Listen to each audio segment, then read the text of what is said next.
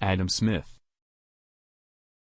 Born on June 16, 1723, he was a philosopher and one of the great thinkers of political economy. Says, "Science is the great antidote to the poison of enthusiasm and superstition. The first thing you have to know is yourself. A man who knows himself can step outside himself and watch his own reactions like an observer. Virtue is more to be feared than vice, because its excesses are not subject to the regulation of conscience.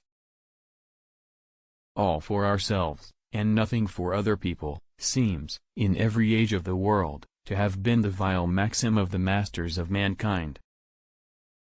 Problems worthy of attacks, prove their worth by hitting back. It is not from the benevolence of the butcher, the brewer, or the baker that we expect our dinner, but from their regard to their own interest. Man naturally desires, not only to be loved, but to be lovely. We are but one of the multitude, in no respect better than any other in it.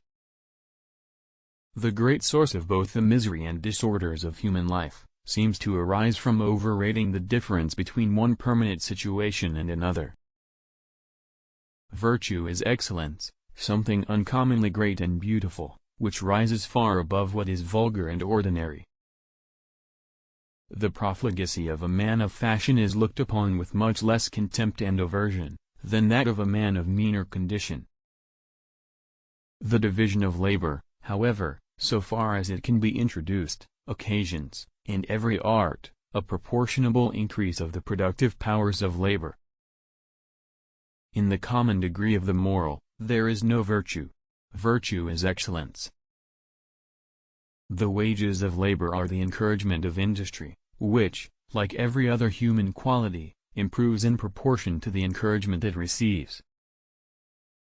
The desire of being believed, the desire of persuading, of leading, and directing other people, seems to be one of the strongest of all our natural desires. It is not from the benevolence of the butcher, the brewer or the baker that we expect our dinner, but from their regard to their own interest. It was not by gold or by silver, but by labor, that all the wealth of the world was originally purchased. Though those different plans were, perhaps, first introduced by the private interests and prejudices of particular orders of men, without any regard to, or foresight of, their consequences upon the general welfare of the society. It is not for its own sake that men desire money, but for the sake of what they can purchase with it. To feel much for others and little for ourselves, to restrain our selfishness and exercise our benevolent affections, constitute the perfection of human nature.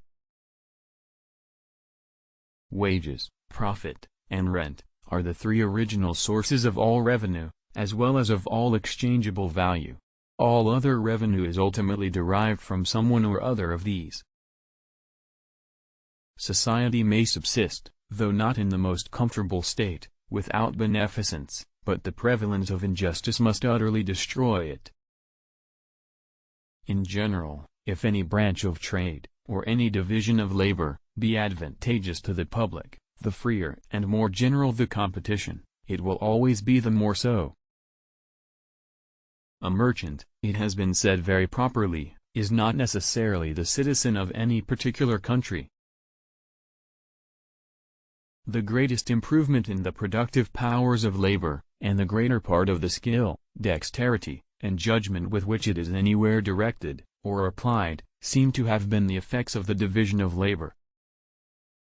Adam died in Edinburgh on July 17, 1790, after a painful illness,